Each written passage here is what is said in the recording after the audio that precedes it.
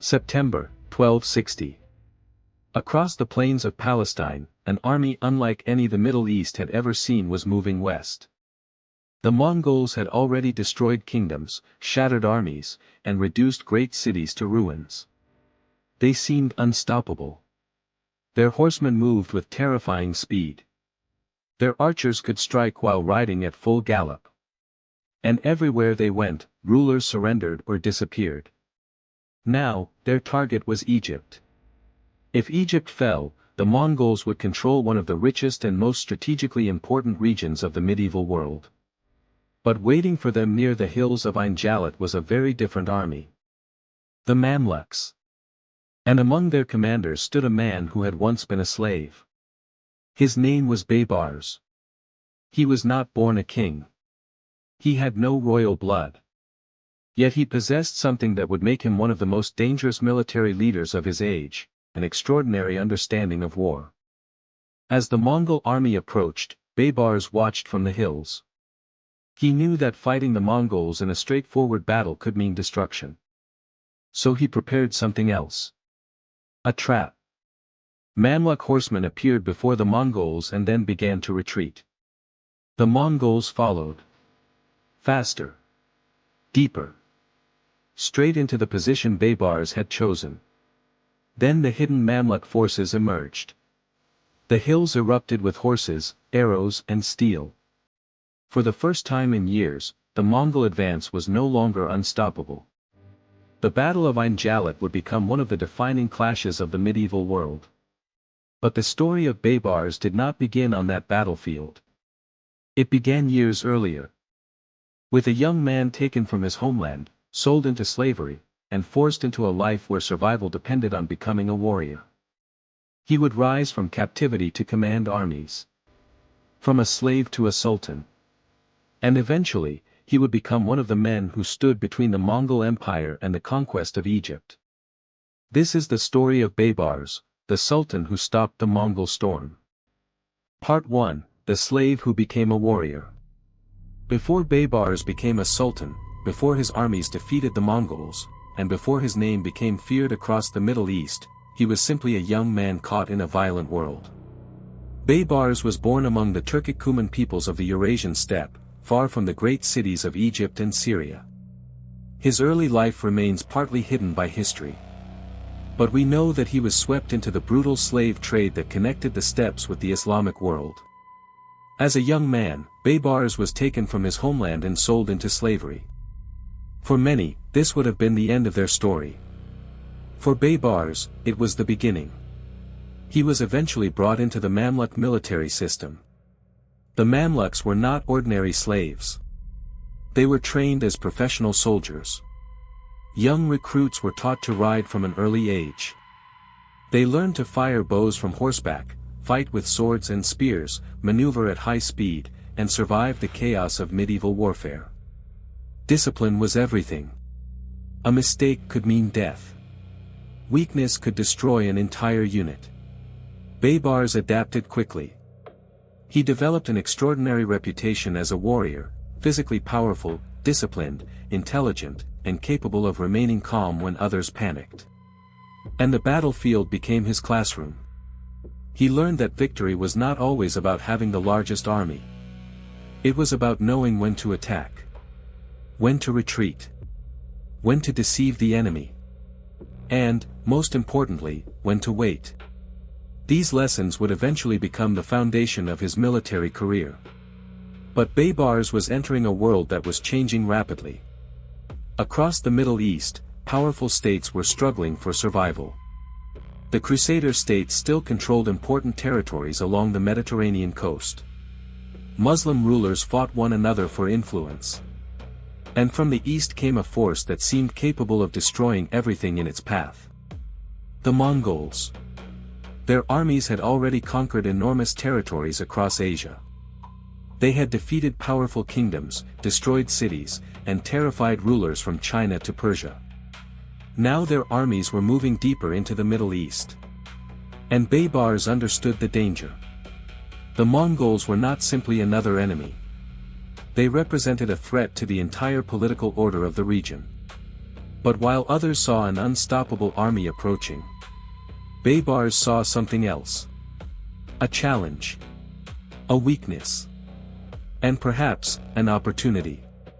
Because the young slave who had survived captivity was becoming something far more dangerous. He was becoming a commander. And soon, he would find himself standing on the front line of history, facing the greatest military power of his age. Part 2, The Mongol Storm. By the middle of the 13th century, the Middle East was facing a catastrophe. From the east came the armies of the Mongol Empire. They had already conquered vast territories across Asia and Central Asia.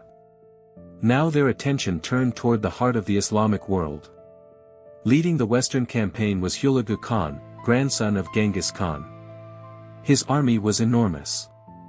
Thousands upon thousands of mounted warriors moved across the landscape with extraordinary speed. They were expert horsemen. They carried powerful bows. They could survive for days on campaign. And they had perfected a terrifying form of warfare: speed, psychological pressure, intelligence, and overwhelming force. Cities that resisted could be destroyed. Cities that surrendered could still lose their political independence. In 1258, the Mongols reached Baghdad. For centuries, Baghdad had been one of the greatest cities in the world. It was the capital of the Abbasid Caliphate, a center of scholarship, culture, trade and political power. Then the Mongols arrived. The city fell. The destruction sent shockwaves throughout the Middle East. Other rulers realized that no fortress, army, or ancient reputation guaranteed safety. The Mongols continued west. Aleppo fell. Damascus was threatened. And the road toward Egypt appeared increasingly open. For the Mamluks, this was an existential crisis. Egypt was wealthy. Its Nile Valley could support enormous populations. Its location connected Africa, the Mediterranean and the Middle East. If the Mongols conquered Egypt, they would gain control over one of the most important regions in the medieval world. But there was a problem for the Mongols. Egypt was ruled by warriors who understood their enemy. The Mamluks were themselves products of a military culture built around mounted warfare. They knew how to fight from horseback. They understood steppe tactics. They understood feigned retreats. They understood the importance of speed, discipline and deception. And among their most capable commanders was Baybars. He had already spent years studying warfare. Now the greatest military challenge of his life was approaching. The Mongols sent messages demanding submission. The Mamluks refused. The two sides began preparing for war. But there was another problem. The Mongol army itself was not invincible. Hulagu was forced to withdraw a large portion of his forces eastward because of political developments within the Mongol Empire. A smaller Mongol force remained in Syria under the commander Kitbuka. For the Mamluks, this was the moment they had been waiting for. Sultan Qutuz gathered his army. Baybars played a crucial role in planning the campaign. They marched north from Egypt. Their destination was Palestine, a place known as Ain Jalut. There, the Mamluks would face the Mongols. Not with the expectation of survival, but with a plan to defeat them. The future of Egypt was about to be decided on a battlefield. And Baybars was ready. Part 3, Ain Jalut. September, 1260. The Mamluk army had entered Palestine. Ahead of them was the Mongol force commanded by Kitbuka. For years, the Mongols had seemed unstoppable. Now, for the first time, they were facing an enemy that understood how they fought. And Baybars understood something else. The Mongols expected their opponents to be afraid. Fear was one of their greatest weapons. So Baybars decided to use their confidence against them. Near the hills of Ain Jalut, the Mamluks prepared their position. The terrain was crucial. The surrounding hills and valleys provided opportunities for concealment. Baybars took a portion of the Mamluk forces forward. Then he waited. When the Mongols appeared, the Mamluk cavalry attacked. But they did not stay. They turned and retreated. To the Mongols, it looked like the Mamluks were breaking. Kitbuka ordered his cavalry forward. The Mongols pursued. They followed the retreating Mamluks deeper into the valley. Exactly where Baybars wanted them. Then the trap closed. Hidden Mamluk forces emerged from the surrounding terrain. The Mongol formation suddenly found itself under attack from multiple directions. Arrows filled the air. Horses charged across the battlefield. Steel collided with steel. The Mongols tried to reorganize. But the Mamluks kept pressing. And then came one of the most important moments of the battle. Sultan Qutuz personally rallied his troops and launched a counterattack. The Mamluk army surged forward. The Mongol formation began to collapse. Kitbuka refused to retreat.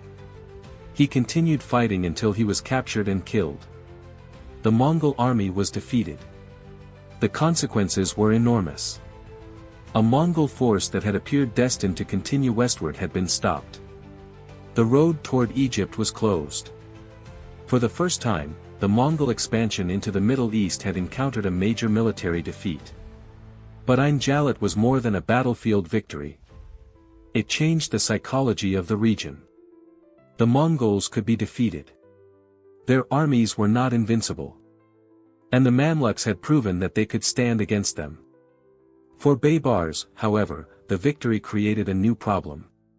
He had helped save Egypt. He had demonstrated his military ability. But he was not yet the ruler of the Mamluk state. Power in Cairo remained uncertain. And in the world of medieval politics, victory on the battlefield did not guarantee survival in the palace. Baybars had defeated the Mongols. Now he would have to fight for something else. Power. Because the next battle would not be fought against an invading army. It would be fought among the Mamluks themselves. Part 4, The Sultan of Egypt. Ain Jalut had changed Baybars' reputation. But it had not yet given him the throne. After the victory over the Mongols, the Mamluk army returned to a world filled with political uncertainty.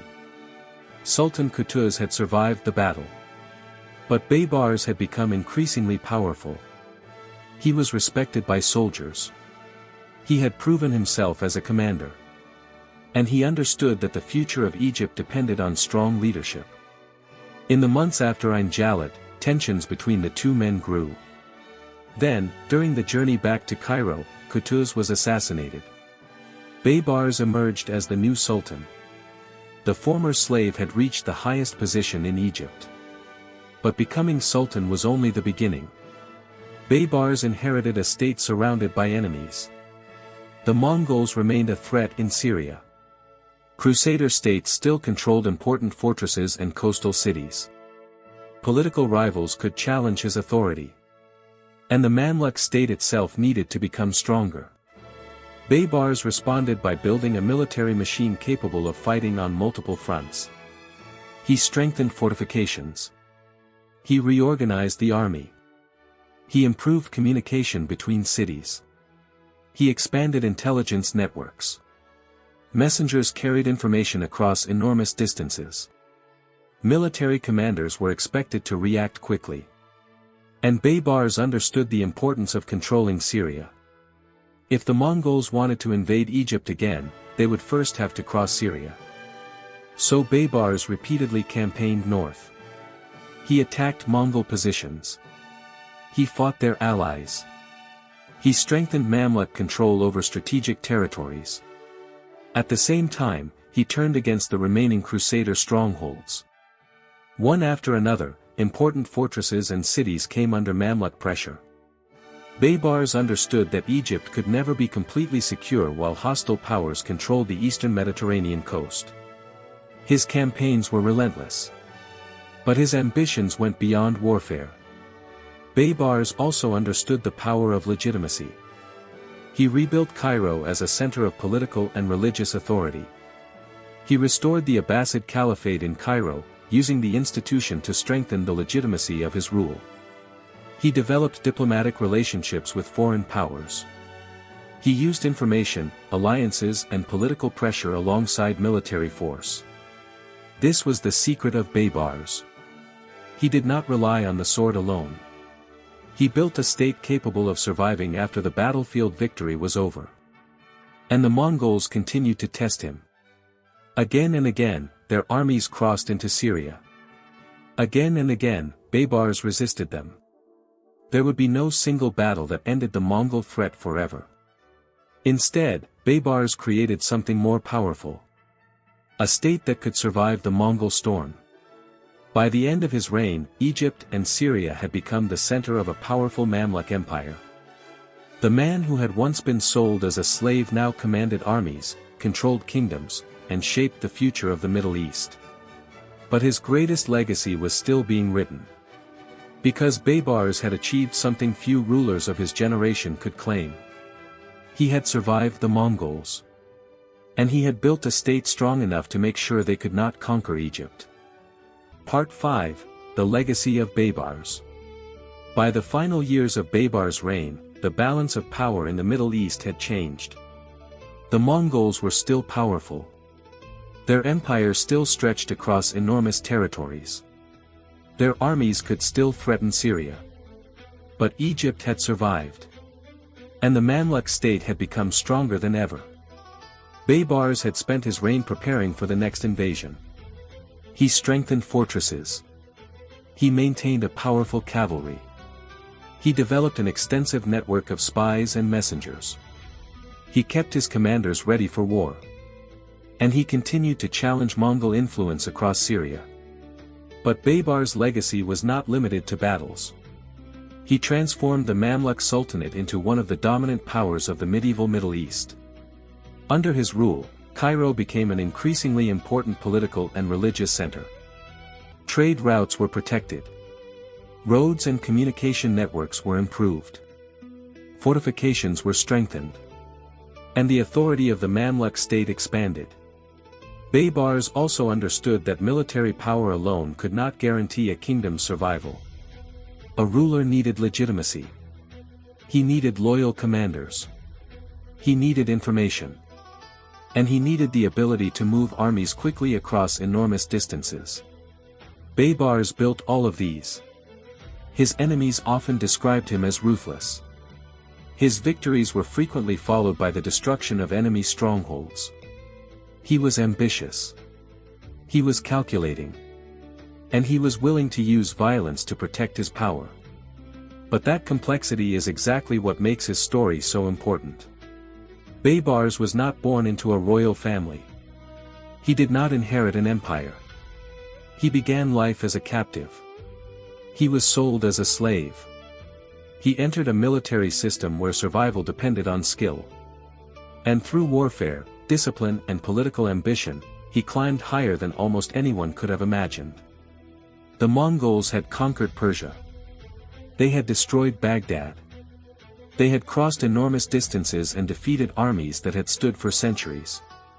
But they could not conquer Egypt. And one of the men responsible for stopping them was the former slave who became Sultan Baybars. His victory at Ain Jalut became a symbol. Not because it destroyed the Mongol Empire, it did not. The Mongol Empire would survive for generations.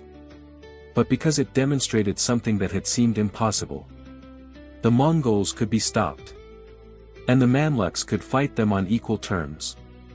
Baybars died in 1277. His reign had lasted only 17 years. But the state he strengthened would survive for centuries. The Mamluks would continue ruling Egypt and Syria long after his death. Their armies would face Mongol forces again. Their fortresses would continue to dominate the region. And Cairo would remain one of the great centers of power in the medieval world. Today, the battlefield of Ain Jalut is quiet. The armies are gone. The banners have disappeared. The horses no longer thunder across the valley. But the consequences of that battle remain part of history. Because in 1260, an army that seemed unstoppable met an enemy that refused to surrender. And at the center of that story stood a man who had once been a slave. He became a warrior. A commander. A sultan. And one of the most formidable rulers of the medieval Middle East. Baybars did not destroy the Mongol Empire. He did something more precise, he helped stop its expansion into Egypt and the heart of the Mamluk world. And that is why his name survived. Not as the man who conquered the world, but as the man who stood against the storm. Baybars. The Sultan who stopped the Mongols.